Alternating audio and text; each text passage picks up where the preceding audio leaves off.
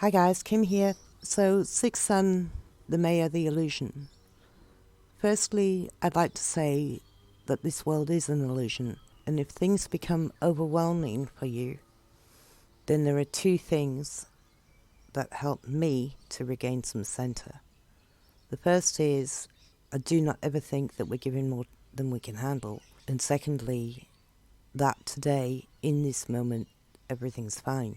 So I just wanted to show you something that I thought was one way and later discovered perhaps it was another. And just as an example of an illusion, I'm aware that this subject has nothing to do with the Aztecs. I merely just wanted to demonstrate how much the illusion can exist and how confusing it can be in its portrayal. So I'm talking about UFOs here. I have no doubts whatsoever that they exist. I now think it's questionable that they actually come from somewhere else, as in from outer space.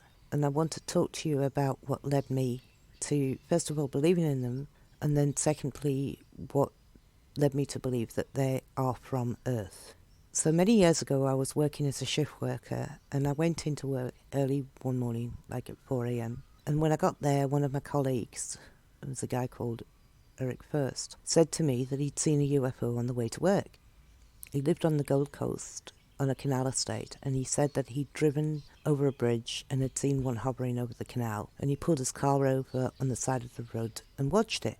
What he said was he watched it taking in water, and then in a very bright flash of light, it disappeared straight up into the sky. I mean, this guy was really grounded. Eric was really kind of Australian, very standard man. He wasn't somebody who usually speculated or usually talked about weird stuff anyway. So that night, I ended up getting invited to a birthday party of a friend that lived on the Gold Coast. We ended up going to a restaurant, which I'd never been to before, with about 6 or 7 people that I'd never met before.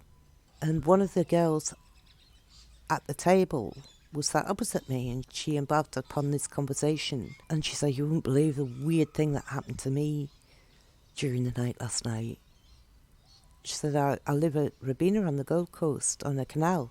And she said, I heard a noise, and I went through to the bathroom window. It was about 3 a.m. I saw a UFO hovering over the canal. And she said, I saw it taking in some water, and then a bright flash of light, it disappeared vertically away from the canal. And I just thought it was really strange that two different people who did not know each other, who did not know that I knew either one of them, and I hadn't even met this girl before, so I didn't know I knew this girl, had told me an exact replica of the same story. So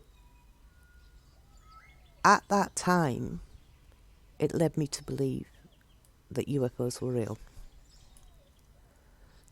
And I still believed at this stage that they were from outer space. Then years later, I was watching the new series of The X-Files, and this episode had this UFO that was presented as being a super-duper version, hovering, shimmering, in and out of focus, making a buzzing noise. And it prompted me to have the thought of, wow,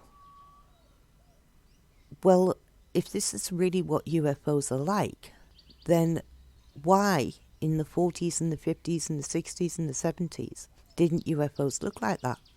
But instead, the UFOs of that era actually looked like the development of that era. As in, the 30s versions looked like 30s cars, the 40s looked like 40s cars, 50s looks like 50s cars, and so on.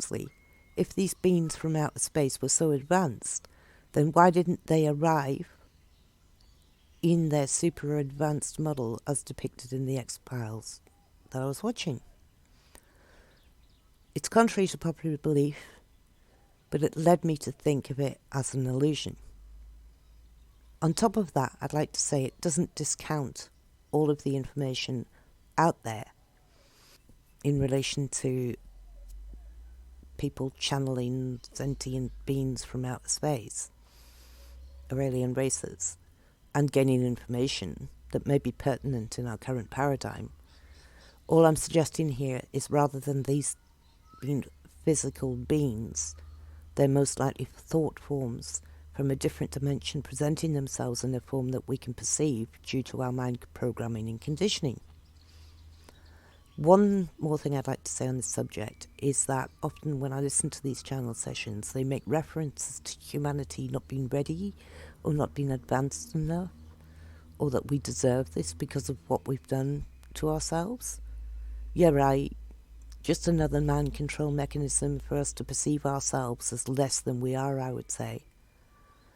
I am open to the idea that UFOs do exist, but I would say they're either from somewhere else on Earth that we're unaware of, or military secret stuff.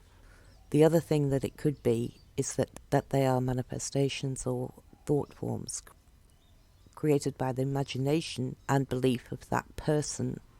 I can remember watching a YouTube video made by this guy that had broken both of his legs and was stuck in a room for months recovering. And he managed to photograph a series of UFOs appearing within the frame of his window and his view. Not just once, but many times, sometimes during the day and sometimes at night.